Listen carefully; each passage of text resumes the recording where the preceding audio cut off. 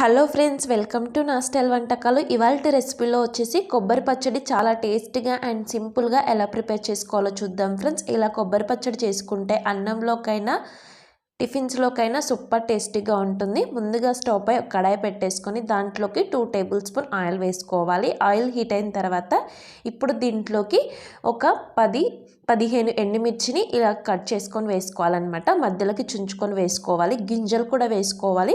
గింజలు వేసుకోవడం వల్ల మనకి కారం అనేది బాగా తగులుతుంది. ఈ విధంగా ఆయిల్లోనే కొద్దిసేపు వీటిని ఫ్రై అవ్వనివ్వాలి. తర్వాత దీంట్లోకి కొబ్బరి ముక్కల్ని యాడ్ చేసుకోవాలి.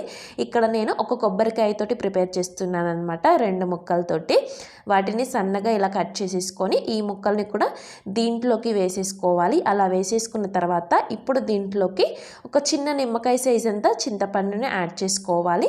నల్ల చింతపండు అయితే బాగుంటుందన్నమాట. ఇలా చింతపండు వేసేసుకొని దీన్ని కూడా మొత్తం ఈ విధంగా మిక్స్ చేసుకోవాలి. ఇప్పుడు స్టవ్ ఆఫ్ చేసేసుకొని దీని మొత్తాన్ని ఇలా కలిపేసుకోవాలి. ఇప్పుడు ఇది మొత్తం చల్లారేంత వరకు దీన్ని పక్కన పెట్టేసుకోవాలన్నమాట. మూత పెట్టేసి తర్వాత చల్లారిన తర్వాత దీన్ని తీసేసుకొని ఇప్పుడు ఒక మిక్సీ జార్ తీసుకొని ఆ మిక్సీ జార్లోకి ఈ మిశ్రమాన్ని మొత్తాన్ని యాడ్ చేసేసుకోవాలి.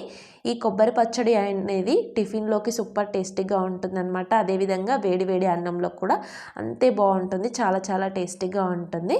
ఇలా కొబ్బరి ముక్కల్ని అదేవిధంగా ఎండుమిర్చిని ఇలా యాడ్ చేసిన తర్వాత ఇప్పుడు దీంట్లోకి ఒక 7-8 వెల్లుల్లి రెబ్బల్ని యాడ్ చేసుకోవాలి. తర్వాత ఒక 1/2 టీ స్పూన్ జీలకర్ర యాడ్ చేసుకోవాలి. తర్వాత టేస్ట్కి తగ్గట్టు సాల్ట్ యాడ్ చేసుకోవాలి.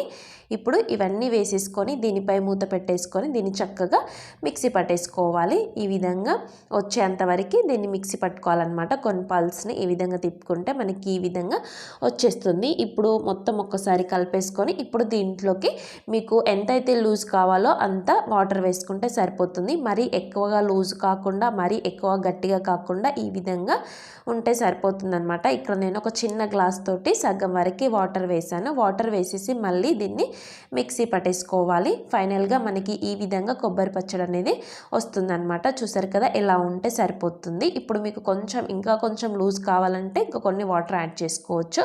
ఇలా మొత్తం వచ్చిన తర్వాత స్టవ్ పై కడాయి పెట్టేసుకొని దాంట్లోకి ఒక 1/2 టీ స్పూన్ ఆయిల్ వేసుకోవాలి. ఆయిల్ వేడెక్కిన తర్వాత ఇప్పుడు దీంట్లోకి కొన్ని ఆవాలు అదేవిధంగా జీలకర్ర తర్వాత కొంచెం మినపప్పు యాడ్ చేసుకోవాలి. తర్వాత దీంట్లోకి కొంచెం కరివేపాకును కూడా వేసేసుకొని వీటిని చక్కగా ఆయిల్లోనే కొద్దిసేపు ఈ విధంగా ఫ్రై అయ్యేంత వరకు వేయించేసుకోవాలి. ఇలా ఫ్రై అయిపోయిన తర్వాత మనం మిక్సీ పట్టిన కొబ్బరి మిశ్రమాన్ని దీంట్లోకి యాడ్ చేసేసుకొని పోపు పెట్టేసుకోవాలన్నమాట. ఫైనల్గా మనకి కొబ్బరి పచ్చడి అనేది చాలా సింపుల్గా రెడీ అయిపోతుంది. కేవలం ఒక 10 మినిట్స్లో ఈ కొబ్బరి పచ్చడి అనేది ప్రిపేర్ చేసుకోవచ్చు. అంతే టేస్టీ కూడా ఉంటుంది. చూసారు కదా ఫ్రెండ్స్, ఈ కొబ్బరి పచ్చడి రెసిపీ మీకు నచ్చినట్టయితే లైక్ చేయండి, షేర్ చేయండి. అదేవిధంగా మా ఛానల్ని సబ్స్క్రైబ్ చేసుకోండి. Thank you for watching friends.